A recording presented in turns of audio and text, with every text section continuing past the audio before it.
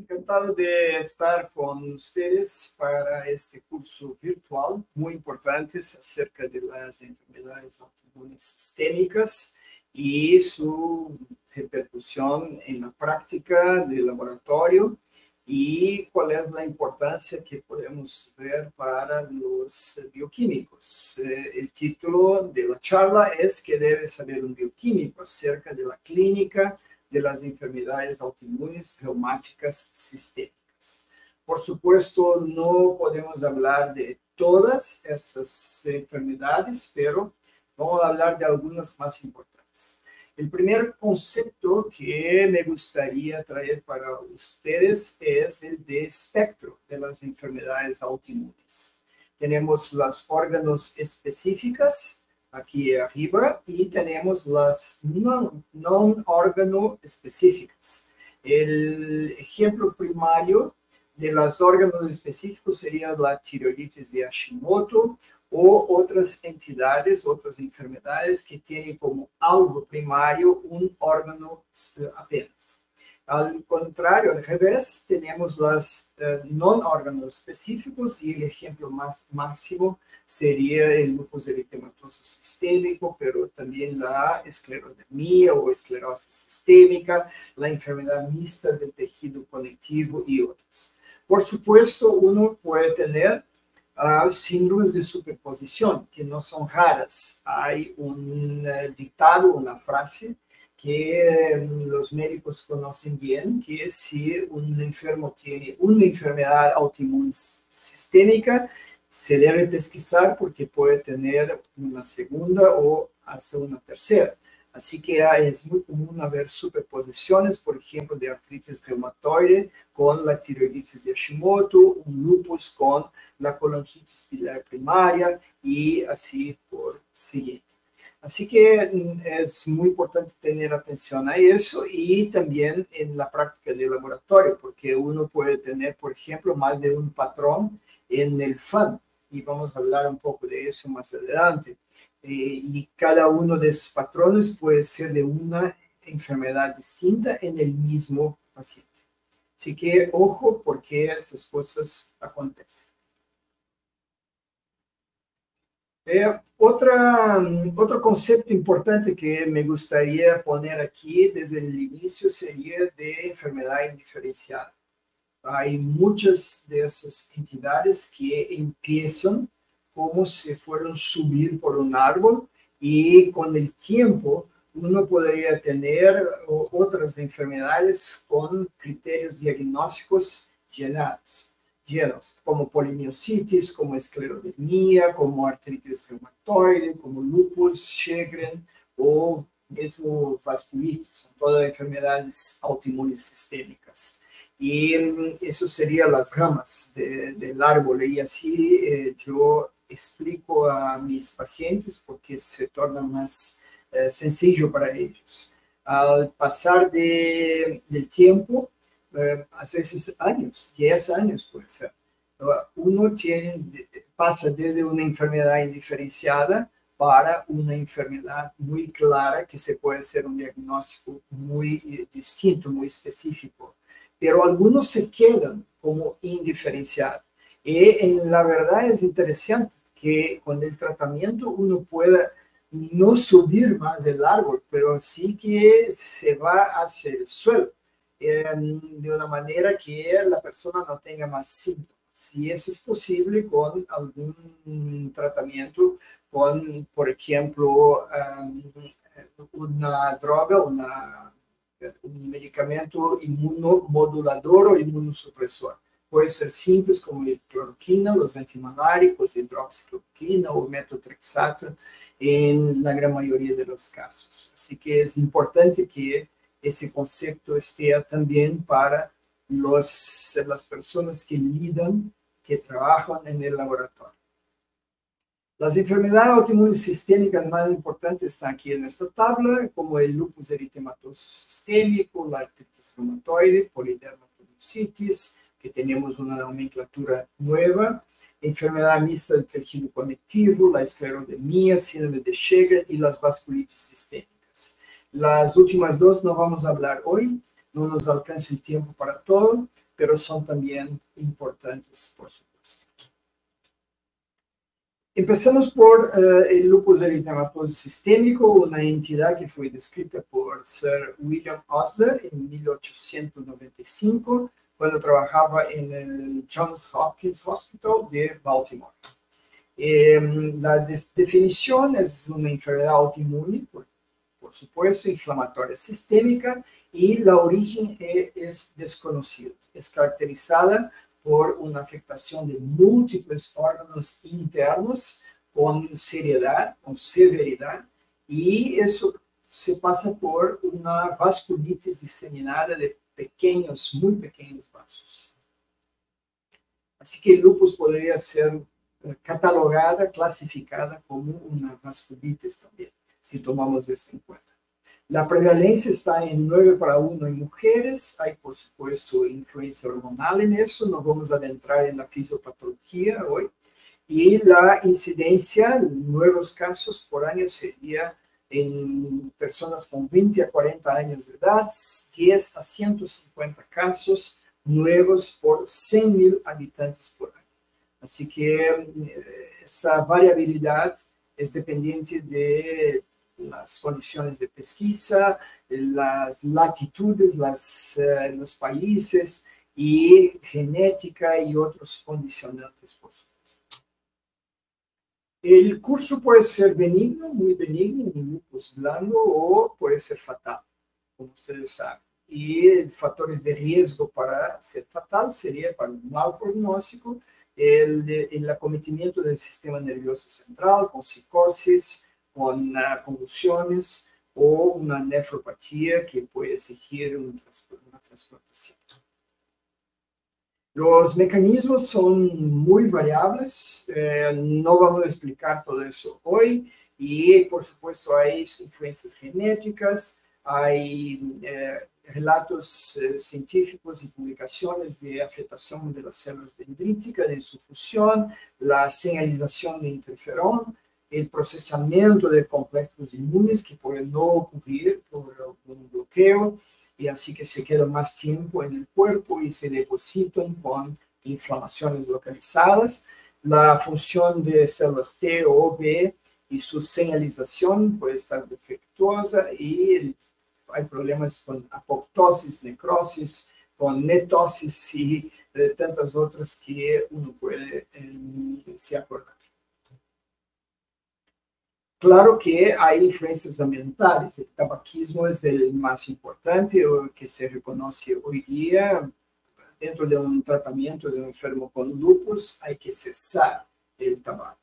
Y exposición al sol, la fotosensibilidad es muy común, hasta el 70% de los enfermos que con lupus tienen esa fotosensibilidad, que no es solamente al sol, puede ser a la pantalla de la computadora, por ejemplo, que emite radiación ultravioleta, o también esas lámparas con tubos tipo fluorescentes también tienen una irradiación de ultravioleta, así que hay que estar muy atento para que un enfermo que no tenga una buena respuesta al tratamiento, que puede estar con manutención de su condición de enfermo debido a fotosensibilidad por estas fuentes.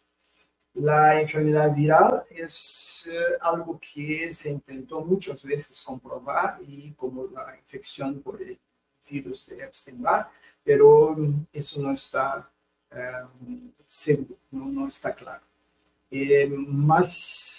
Lo más claro es que no hay una infección viral como causa de esta enfermedad. Los medicamentos sí pueden causar lupus, y es muy importante porque es una causa de una enfermedad curable. Así que un lupus que ocurre por la ingestión de procainamida como antiarrítmico, o por isoniazida para una tuberculosis, o la idantoína para crisis epilépticas, eso es un caso en que se puede cesar la medicación, y después de algunos meses el puede se tornar negativo y la persona no tiene más clínica, no tiene más lupus. Así que es muy importante saber si hay una situación que del enfermo está con un tratamiento o alguna medicación, y las medicaciones no son solamente esas que yo tengo aquí, hay muchas más, anticoncepcionales orales, por ejemplo. El lupus se dirige a órganos internos, y aquí uno mira el riñón, la piel, claro, es más externo, pero los pulmones, el cerebro, el corazón, y así que el clínico tiene que pesquisar en esos enfermos la posibilidad de estar habiendo alguna inflamación interna, y mismo en enfermos que no tienen clínica, no tienen síntomas de estos órganos. Es muy importante porque cambia el tratamiento. Aquí está una fluorescencia de un riñón con depósitos de complejos inmunes en la membrana de los glomérulos. Aquí está un mnemónico para el lupus, que sería antinuclear, y está en inglés, es claro, pero tal vez sea interesante para ustedes se acordarem. A sería de anticuerpos antinucleares, N de las aftas orales o nasales, T de trombocitopenia, I sería de los testes inmunológicos, que vamos a hablar ahora, que sería el célula LIE antiguo, no se practica más en la mayoría de los laboratorios, anti-DNA, anti-ACN, antifosfolípidos. N sería de los problemas neurológicos, que yo ya cité, ya hablé. U sería de la nefritis y problemas urinarios. C de problemas cutáneos, Hashimoto's, que le da el nombre a la enfermedad en la cara. La L sería de luz, de sensibilidad a la luz, fotosensibilidad. E sería de efusões, de sufusões pleurales o pericárdicas, perdón. E sería por una serositis. A de artritis aqui, e o rash discoide, que seria um outro tipo de lesão cutânea. Assim que temos la posibilidad de hacer el diagnóstico no solamente por la clínica. Esos enfermos tienen una gama muy variable de enfermo para enfermo, de cómo se manifiesta la enfermedad, los síntomas iniciales, la evolución, con periodos en que no hay actividad inflamatoria mayor, periodos en que vuelve la enfermedad, y por lo general con los mismos síntomas. Así que uno empieza por algún problema del cerebro con convulsiones. Cuando la enfermedad viene después de 1, 2, 3 años, sí viene con convulsiones también, con epilepsia. No viene con otras manifestaciones en la mayoría de los casos. Y claro, ese es solamente un ejemplo. Hay muchas manifestaciones clínicas, muchos síntomas que están en la tabla de clasificación. Esta es una tabla de clasificación más antigua, pero que aún se utiliza mucho en la clínica. Ustedes miren que hay criterios aquí a la izquierda con la parte clínica, criterios de clasificación, y hacia las desórdenes neurológicas. A partir de aquí tenemos las desórdenes de la sangre, que tienen que ver con el laboratorio, pero las alteraciones inmunológicas, que son muy importantes, como anti-DNA de doble hélice, anti-ACN o anticuerpos antifosfolípidos, y claro, las anormalidades del FAN, con el FAN positivo, con varios patrones posibles de acuerdo con los anticuerpos que uno puede mirar en esta situación. La sensibilidad y especificidad de esos criterios no estaban muy bien, así que en 2019 se cambió eso, y les voy a mostrar la nueva tabla de clasificación, que aquí está. Los nuevos criterios tienen en cuenta también algunas manifestaciones clínicas, pero ahora tenemos con puntos. Uno tiene que sumar 10 puntos para clasificar un paciente con lupus. Y claro, tenemos la parte del laboratorio, que mantiene los anticuerpos anticardiolipina, ahora con los beta-2 glicoproteína 1 también puede ser, o el lupus anticoagulante, las proteínas del complemento, si están bajas o normales, y los anticuerpos específicos en esta situación, el anti-DNA y anti-SM. Claro, poderíamos tal vez tener en el futuro la posibilidad de colocar aquí también los anticuerpos anti-ribonucleoproteína ribosomales, que son específicos, tal vez el PCNA. Hay varias posibilidades, vamos a ver qué va a pasar en el futuro. Pero una situación muy interesante que es que ahora ustedes miran aquí, el criterio de entrada es un FAN positivo. Y el título sería 1/80 o más en células F2 o en un teste positivo equivalente. Y en la literatura, que ahí está la situación a su derecha, uno podrá mirar qué sería un teste equivalente. No hay todavía una sustitución del FAN por otro teste automatizado que sea el patrón OR. Incluso por el Colegio Americano de Reumatología, aún el FAN por F2 sería la manera mejor de uno hacer un screening, una manera de verificar si hay autoanticuerpos en un enfermo de la manera más efectiva. Aquí están entonces los estudios útiles del laboratorio. Sería el FAN, que está positivo en 98% del lupus activo. Los niveles de complemento C3, C4, algunos pueden ser el complemento hemolítico 50 o 100, pero no todos los laboratorios les ofrecen esta posibilidad. Usted mira aquí a la derecha el patrón homogéneo correspondiendo al ensayo de fluorescencia en la cretida lucida. Eso para anti-DNA y WFC. Y claro, hay un amplio espectro de autoanticuerpos que están descritos en grupos más de 100, 150, y hay muchos científicos que publican anticuerpos contra testículo, contra ovario, contra el hígado. Es una gama inmensa de autoanticuerpos que uno puede tener. Uno dice que el lupus es una tempestad inmunológica. Los antígenos principales y autoanticuerpos aquí están en esta tabla. Les hablé de anti-DNA, la frecuencia en torno del 40%. Las histonas, nucleosomas son autoantígenos también. El Smith o RCM, con una sensibilidad que no es muy elevada, pero muy, muy específico. El RNP inespecífico, como van a ver, acontece en otras enfermedades. El SSA, también típico de la síndrome de Sjögren primaria. PCNA, 3% solamente, RNP ribosomal hasta los 25%, y cardiolipinas, que también ocurren hasta un tercio de los enfermos con lupus, pero puede ser también una enfermedad aparte, la síndrome fosfolípide primaria, sin lupus concomitante.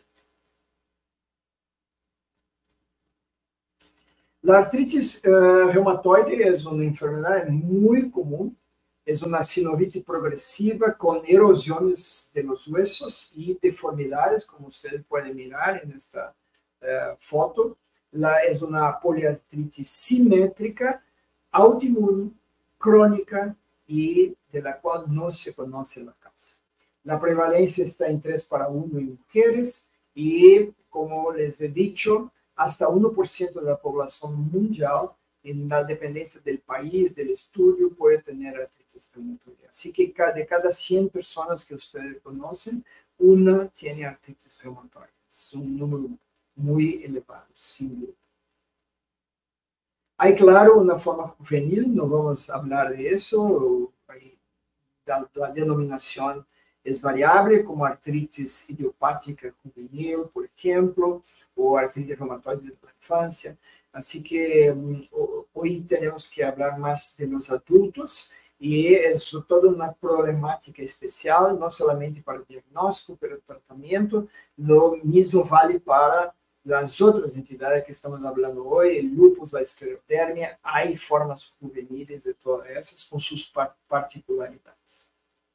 Aquí ustedes miran un niño con una interfalangiana proximal, una articulación muy demasiada, con poco dolor. Es una característica de las formas de artritis juvenil que los chicos no se quejan de dolor, no tienen dolor. Los padres tienen que estar atentos. Esta es una evolución que felizmente no vemos más. Es una deformidad muy avanzada con dificultad funcional de las manos, como ustedes pueden mirar, y aquí es algo que es casi histórico. Yo no veo más este tipo de enfermos en la gran mayoría de los días y me quedo feliz por eso, porque hay tratamientos que se pueden utilizar y que impiden la evolución de la enfermedad, sin duda alguna. Los nódulos subcutáneos ocurren en puntos de presión, como en la parte de los óculos, de anteojos, mejor diciendo, la parte de las nádegas, donde uno sienta, aquí está en el cotovelo, creo que es cotovelo en español también, pero ustedes miran esa parte anatómica donde uno se apoya ahí, en la mesa, por ejemplo, y esos nódulos no son adheridos a la superficie de los huesos. Uno puede moverlos. Y claro, no solamente por estética, mas a veces porque hay mucho dolor ahí, se puede sacarlos por cirugía. Los hallazgos útiles de laboratorio son los autoanticuerpos. Ustedes conocen el factor reumatoide, que sería el IgM. Algunos laboratorios hacen la determinación de IgA, que estos autoanticuerpos IgA están más asociados con erosiones y más deformidades, con una evolución más grave, más severa de la enfermedad. Y los anticuerpos anti-CCP, que son más precoces. Puede ocurrir de un enfermo estar a 3, 4, 6 meses con síntomas característicos de artritis reumatoide y la enfermedad está solo negativa en relación al factor reumatoide IgE. Y el CCP puede ya estar positivo, por lo menos 50% de esos enfermos. Los reactantes de fase aguda, claro, es una inflamación muy importante de las articulaciones, poliarticular, y por tanto la hemosedimentación, la proteína C reactiva, la amilasa sérica A, la aptoglobina, todos son marcadores de inflamación inespecíficos que pueden estar positivos en esas circunstancias de enfermedad activa.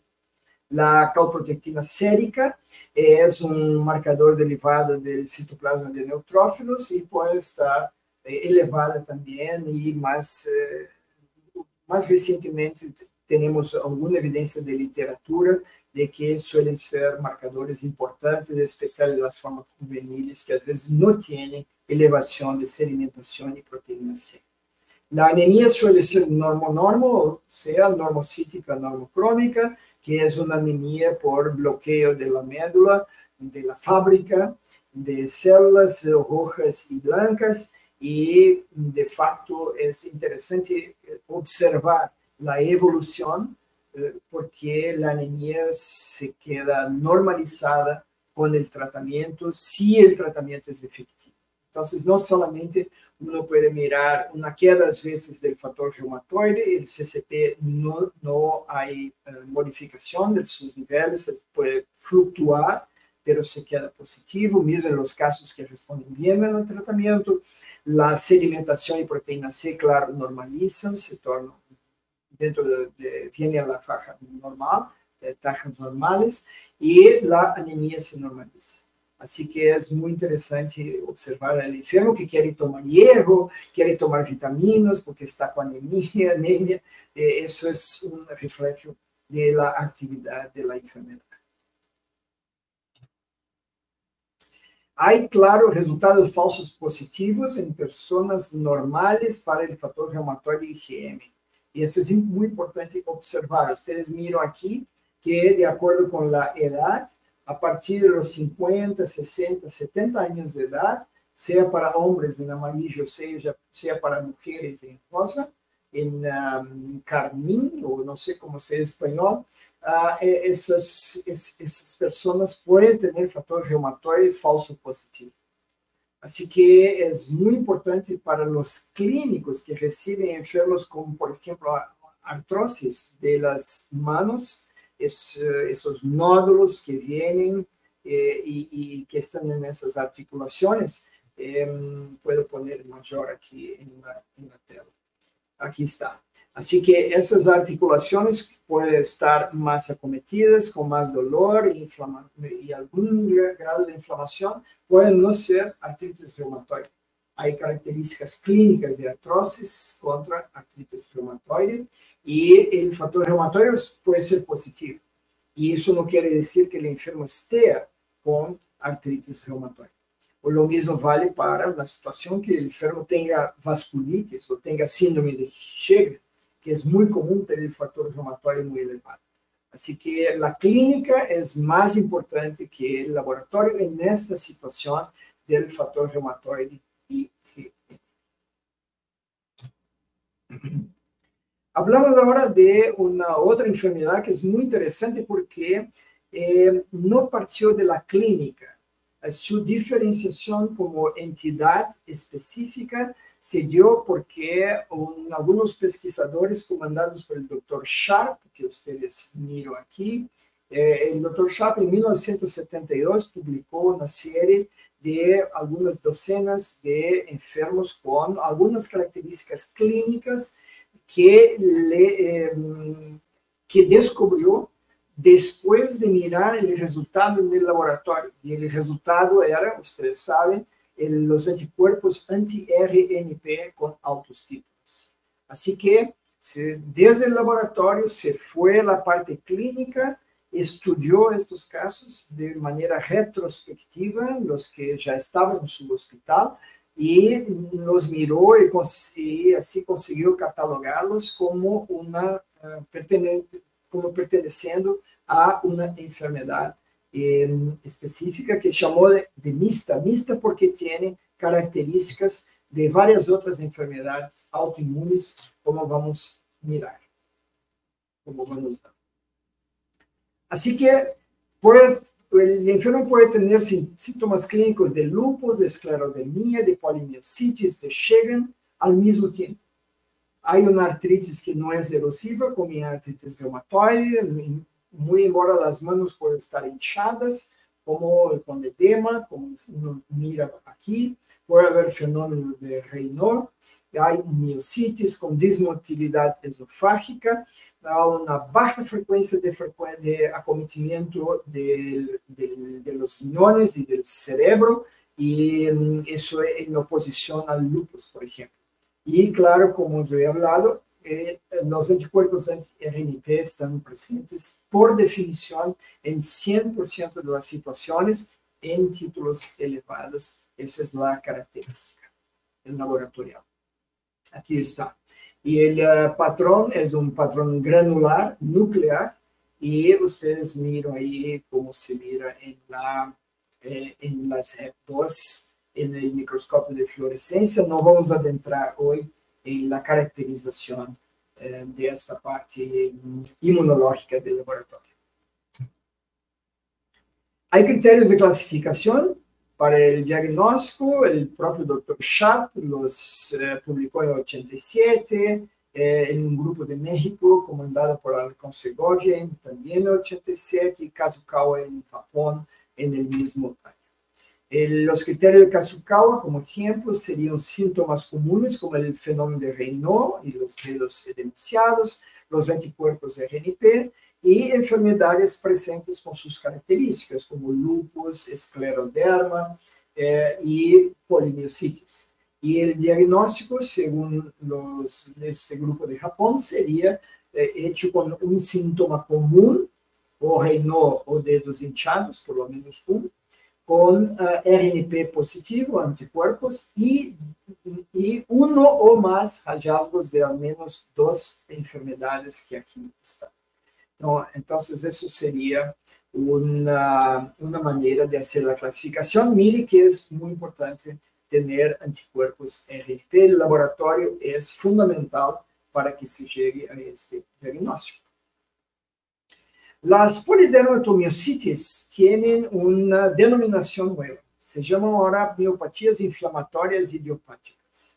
Esa es la manera que los científicos que están estudiando las miositis la denominan.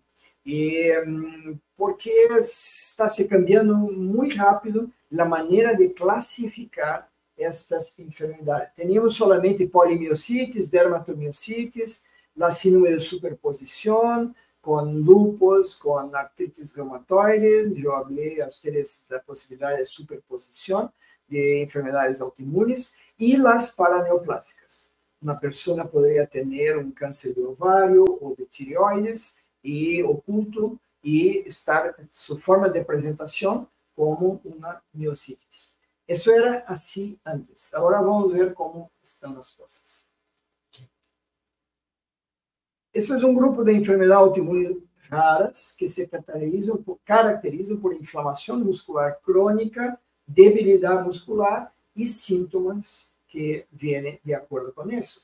Uno tiene problema de peinarse, por ejemplo, maquillaje, creo que se dice maquillaje, para las mujeres es difícil porque no hay fuerza muscular en los deltoides, la musculatura proximal de los miembros superiores. Y los miembros inferiores, muy difícil de levantarse de una posición sentada, por ejemplo. Así que esos son síntomas de inflamación muscular crónica y debilidad muscular. Aquí están algunos subtipos, como les hablé: polimiositis, dermatomiositis, las miositis por corpúsculo de inclusión o cuerpos de inclusión, la miopatía necrosante, vamos a hablar un poco de eso, y las otras de superposición y paraneoplásicas que yo les hablé. Aquí están los criterios de clasificación clásicos, esos son antiguos, de 95, vamos a tener nuevos en los próximos 2-3 años, y porque no hay la posibilidad de hacer diagnóstico de las entidades todas como las conocemos hoy, utilizando solamente estos criterios de Tanimoto. Aquí están las lesiones cutáneas que ustedes miran, lesiones de Gottman en este enfermo, que es una técnica de laboratorio de Porto Alegre, de donde vengo en Brasil, y se llama entonces lesiones de Gottman. Sería un eritema en la fase extensora de las manos. Una debilidad muscular, hablando de eso, mialgias, artralgias, a veces con artritis, la CPK muy elevada, y alteraciones del patrón de la electromiografía, serían patrones miogénicos, los anticuerpos anti-HO1, vamos a hablar de eso, algunas pruebas inflamatorias alteradas, las que ustedes conocen, y una biopsia que puede tener miositis. Así que algunos de esos criterios, estando presentes en un enfermo, uno podría decir que se trata de una miopatía inflamatoria idiopática. Aquí están ejemplos de heliótropo, que sería esta lesión roja ahí en las pálpebras. Y miren ustedes que hay otras lesiones en áreas expuestas al sol. Y eso sería una fotosensibilidad que acontece en la dermatomiositis. Muy común en dermatomiositis. Aquí está, los anticuerpos anti-HO1 se dirigen a la esteril-tRNA sintetasa. Ustedes pueden ir a la biología molecular y estudiar las sintetasas en las mitocondrias del citoplasma.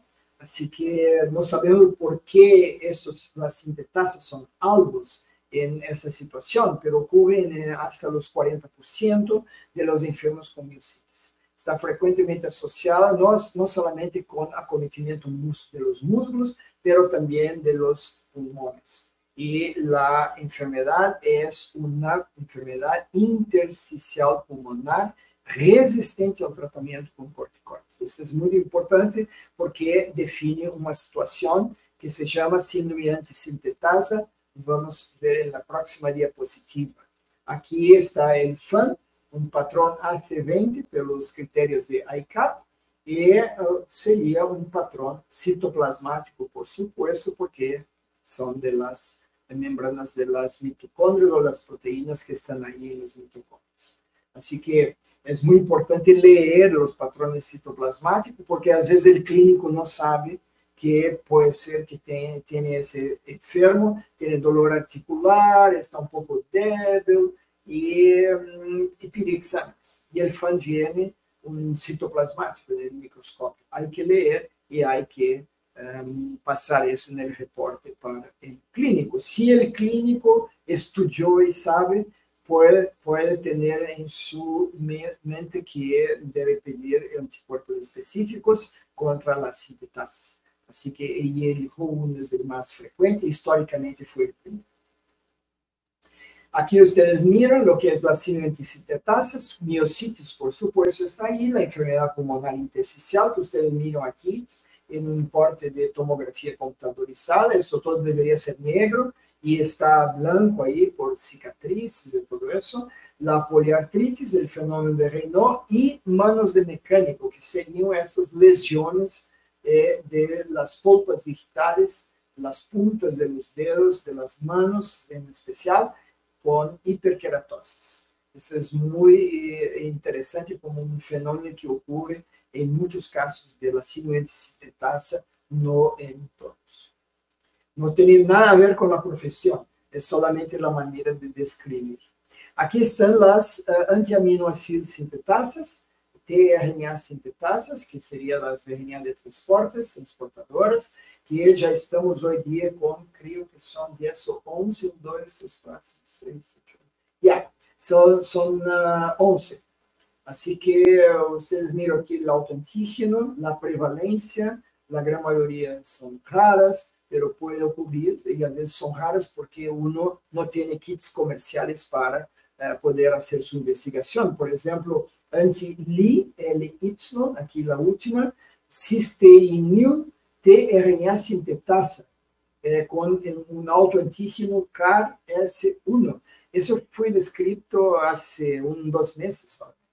Assim que, claro, uno não vai poder fazer esse diagnóstico na prática laboratorial, e hoje em dia se diz raro, mas pode ser que no futuro próximo tenhamos muito mais possibilidades diagnósticas e saber se está presente em um caso definido de nosso enfermo.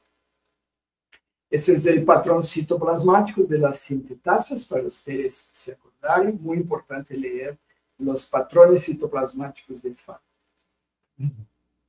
Aqui está uma tabla já antiga, de 2014, que vocês miram como eram como 8 antissintetasas que havia, e aqui estão outros anticorpos específicos para dermatomiositis. Mi2, MDA5, 155, 140, que seria o TIF1-gama, aqui está NXP2 e outros.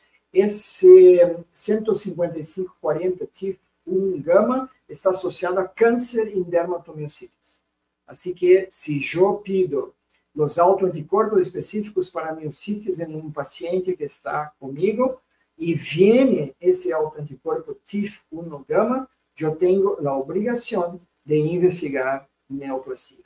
Tenho que fazer ressonância, tomografias, tenho que fazer um laboratório perfil completo, tenho que fazer PET-CT, ou algo assim. Eu tenho que ter a maior certeza possível que não haja um câncer oculto nesses enfermos. Sim, muito importante o laboratório que me define esta situação, que pode ser prognóstica também. O NXP2 define uma situação com presença de calcinoses, em especial na dermatomiositis juvenil. E o NXP2 é também, às vezes, difícil de conseguir em laboratórios comerciais, vocês sabem disso. Por último, os anticorpos específicos para miopatia necrotizante. As miopatias necrosantes ou necrotizantes seriam acompanhadas de anti-SRP, que seria um sinal de reconocimiento de partícula o entonces de anti-HMGCR. Vamos a ver qué es eso en las próximas diapositivas. Aquí está un ejemplo de calcificaciones subcutáneas en una enferma, una estudiante de odontología, y tenía como 19 años, 20 años de edad. Y ustedes miran aquí el diseño, el dibujo que yo hice de dónde están las calcificaciones subcutáneas. Y, por supuesto, hay una representación también en la tomografía computadorizada que yo solicité. Aquí están lesiones cutáneas de Gottron.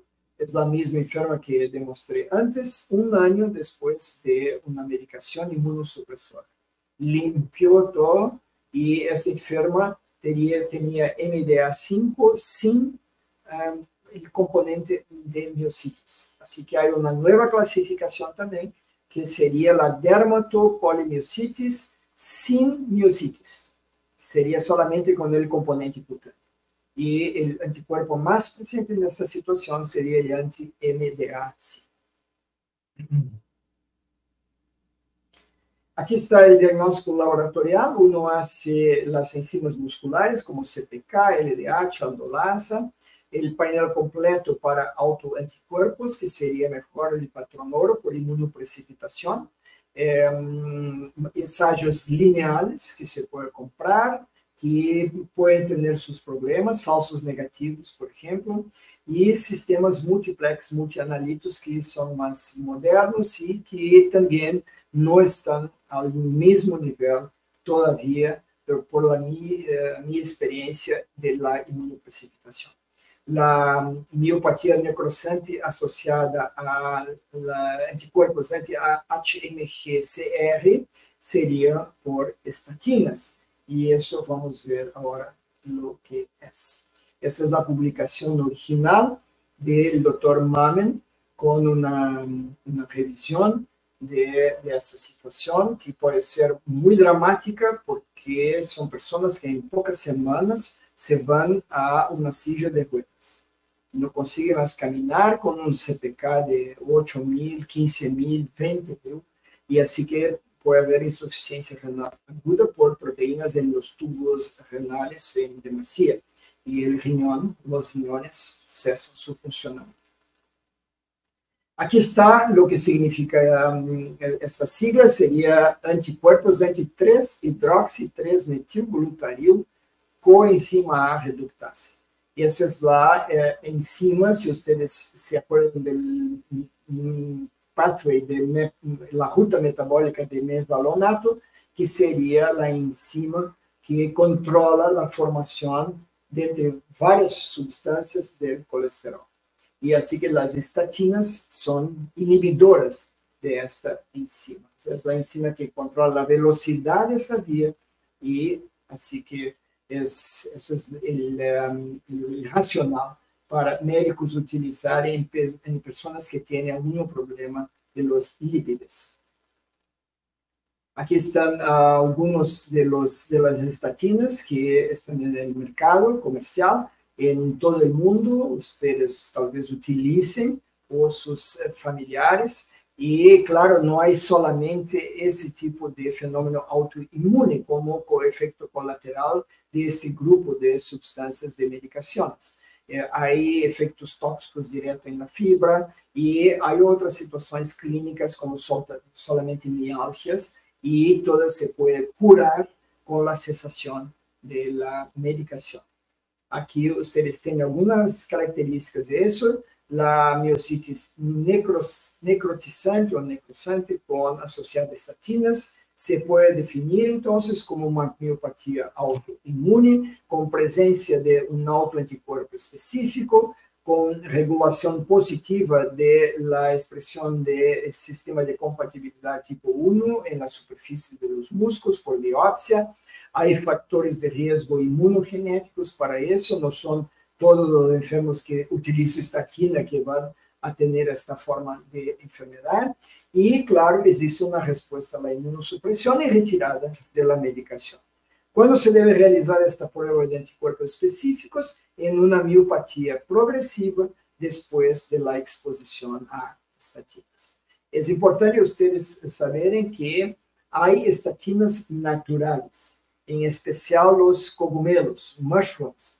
Esos tienen estatinas que, algunos tipos, y hoy día es muy común las pessoas terem em sua dieta cogumelos. Así que es importante saber si hay esse tipo de situação quando um enfermo venga com a determinação positiva para esses autoanticorpos e nos disse, não, nunca tomei estatina. Não, não, nunca, nunca, doutor. Não tenho problema de los lípidos em sangue. Assim que, às vezes, pode ser algo natural da dieta da pessoa. Não somente cogumelos, há outras fuentes, mas não são tão importantes. Aqui está uma enferma minha que ha venido de China e em 3 semanas estava na silla de ruedas e chegou no aeroporto, vino direto para a consulta comigo e aqui está a CPK, vou aumentar um pouco isso, 7.498, a primeira determinação. E aí começamos corticoides e outros imunossupressores, hicimos pulsoterapia, que é doses muito grandes de corticoides endovenosos por um período de tempo, uns 2, 3 meses, e aqui está a curva em negro de la tendência do CPK, que normalizou depois de mais ou menos um ano e meio, estava com CPK normal, caminhando, com fisioterapia, com outras medicações imunossupressoras. Creio que utilizei micofenolato nessa senhora e a senhora se quedou muito bem, está de alta e não pode utilizar as estatinas mais, porque foi um quadro muito dramático e interessante. Outros membros da família que não tinham nenhum efeito colateral de estatinas e estavam com essas mesma medicação, porque tinham também indicação clínica, todos cessaram a medicação. Se quedaram com medo e não quiseram manter seu tratamento. A esclerodermia ou esclerodermia, também chamada esclerose sistêmica, é uma fibrose progressiva da pele e dos órgãos internos com causa desconhecida, como suelen ser as autoimunes, com lesões microvasculares, com hipóxia e com uma prevalência que vocês viram aí de hasta os 75 por 100.000 habitantes.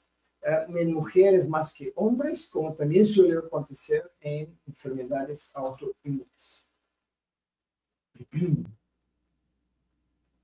O fenômeno de Raynaud é característico hasta os 90% destas pessoas e calcificações em extremidades não são incomuns. Há nódulos aí, às vezes com inflamação, está um pouco rojo e, claro, uma alteração estética e também funcional, porque há dolor quando vai a pegar algo, captar algo com suas mãos. Essa é uma enfermidade precoce.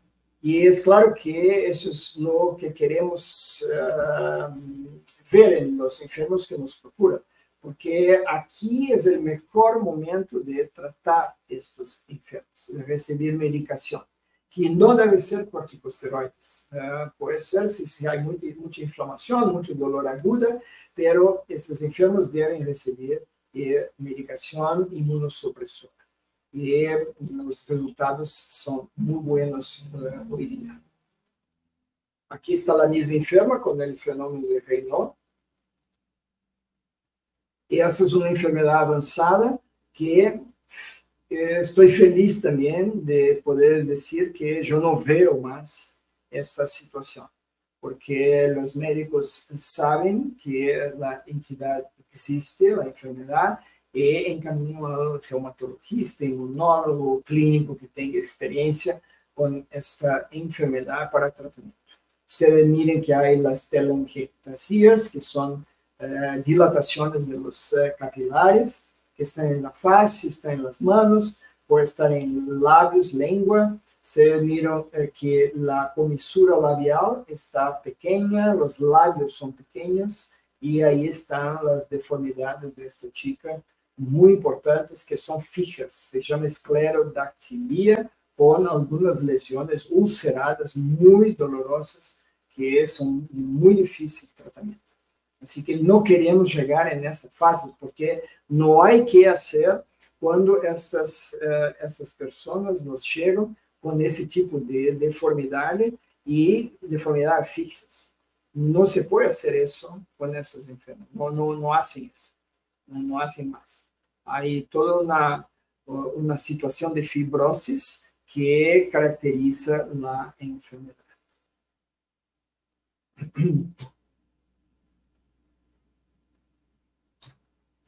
Aquí están las telangiectasias, los puntitos rojos ahí, muy característicos. Y aquí está una imagen de lesiones renales. Ustedes miren el árbol arterial del rin normal a la izquierda y cómo se queda en la esclerodermia a la derecha. Mire que la circulación está muy comprometida y eso lleva a la insuficiencia renal crónica. Y a veces una crisis aguda de hipertensión arterial sistémica, muy difícil de tratar y puede llevar a la muerte. La clasificación es de forma difusa, limitada, que se llamaba CREST, sin esclerodermia, solamente con las manifestaciones sistémicas internas, o una síndrome de superposición, que puede ser artritis reumatoides con esclerodermia, lupus con esclerodermia, miositis, la enfermedad mixta, hablamos de eso, o la colangitis biliar primaria, que se llamaba cirrosis biliar primaria. El CREST, ustedes tal vez se acuerden, sería el C de calcinosis, R de Raynaud, E de esófago, S de esclerodactilia y T de telangiectasias. Así que es un mnemónico también que se puede utilizar para la forma limitada. Esa es la forma sistémica de la enfermedad. Hay formas que son solamente de la piel, como la forma morfea, como la forma lineal, y que es más común en chicos o chicas, y que no es nuestro propósito discutir hoy.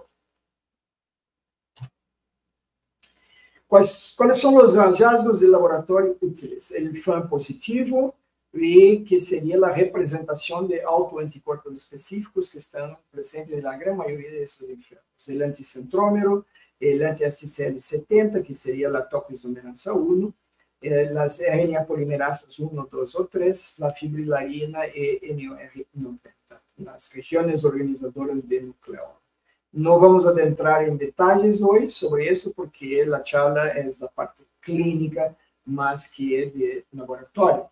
Pero me gustaría llamar la atención de ustedes que anticuerpos contra el centrómero, el AC3 del ICAP, está presente en 82% de las formas CREST, las formas que serían más benignas, con mejor pronóstico, pero algunos de esos enfermos pueden evoluir para hipertensión pulmonar, que es un cuadro también difícil, una condición de difícil tratamiento y que puede traer complicaciones muy graves. Ustedes miran que hay una forma de Raynaud primario que no evolúe para la enfermedad sistémica y que puede tener anticentrómero también, unos 25% de los hallazgos en la población.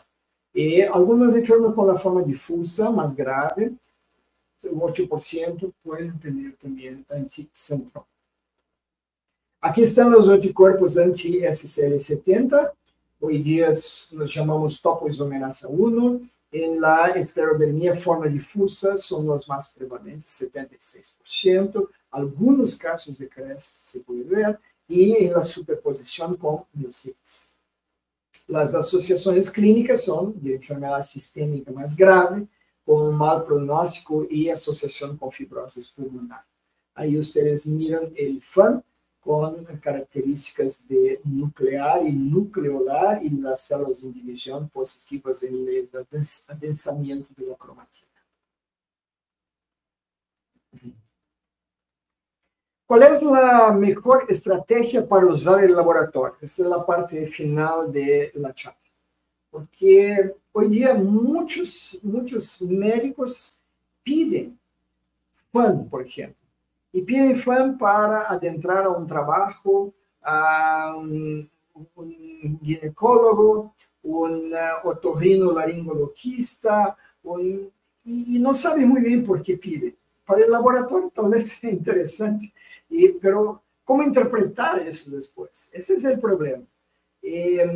Si viene el FAM positivo 1 para 40, porque el laboratorio tiene como tamizaje 1 para 40, la persona no va a conseguir el trabajo, no va a adentrar en el trabajo. El médico que está haciendo el filtro ahí para adentrar o no, va a decir que no puede entrar porque es un lupus. No está correcto, ¿verdad?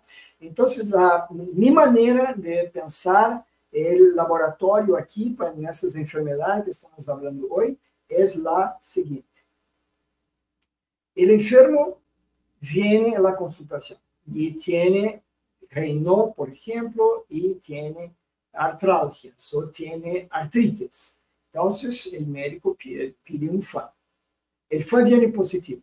1 para 1280 es nuclear y nucleolar, granular, como está aquí, y hay una célula en metáfase ahí en el medio de la figura, que ustedes ven que es positiva. Aquí hay otra. Y el médico pide algo que sea específico, porque el laboratorio va a escribir, por supuesto, que el FAM está con este título, está con este patrón, y ese patrón puede se asociar a SCL70, topoisomerasa 1.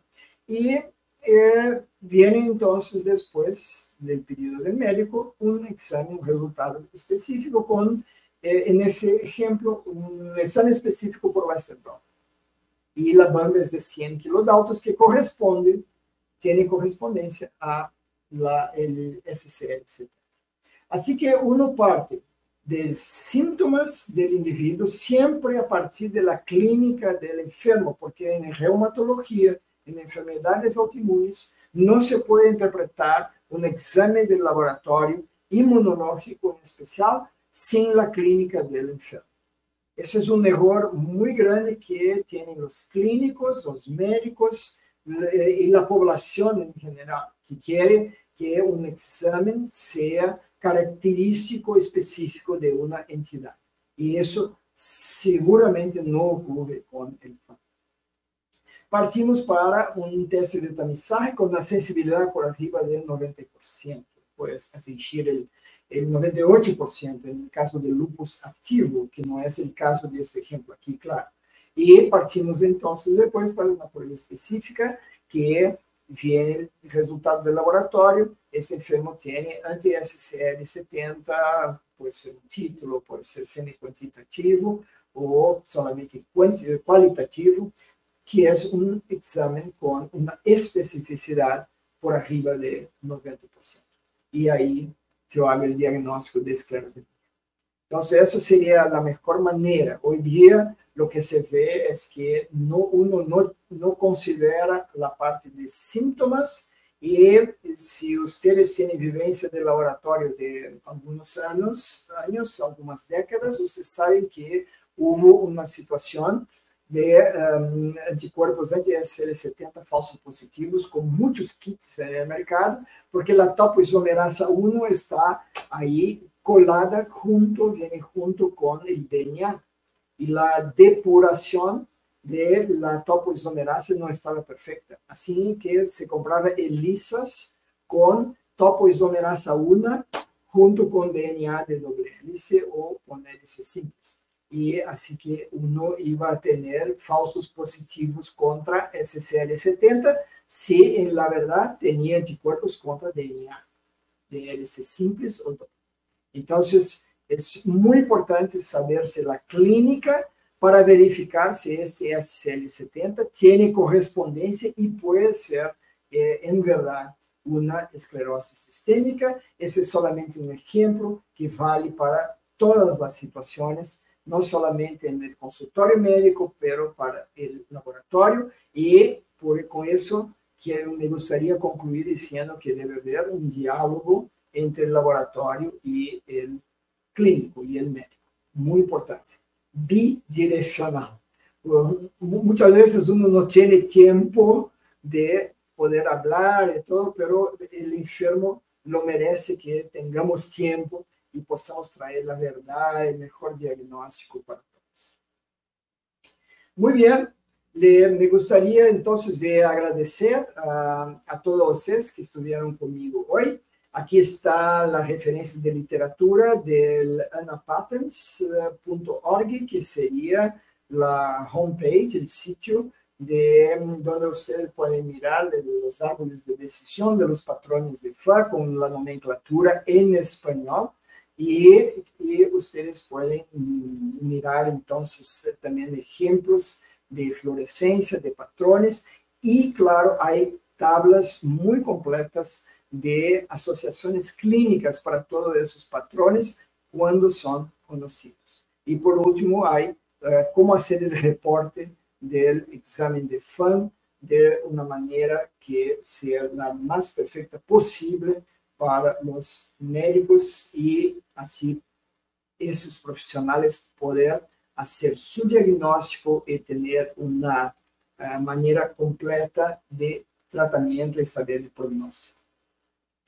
Y hay un capítulo de ese libro que es como que una Biblia para la parte de laboratorio, el libro de Harris, del capítulo 53 de la última edición. Hicimos un texto sobre evaluación clínica de laboratorio de enfermedades reumáticas sistémicas y que ustedes pueden mirar ahí con profundidad de varios de esos sistemas que yo hablé hoy, no solamente de la parte clínica, pero ahí más de la parte del laboratorio, que es de interés para todos ustedes. Me gustaría agradecer mucho que ustedes estuvieran aquí hoy y me quedo a disposición para ustedes hacer contacto con preguntas o algo. Aquí está mi contacto para ustedes estarem comigo en esta meta que tenemos de saber cada vez más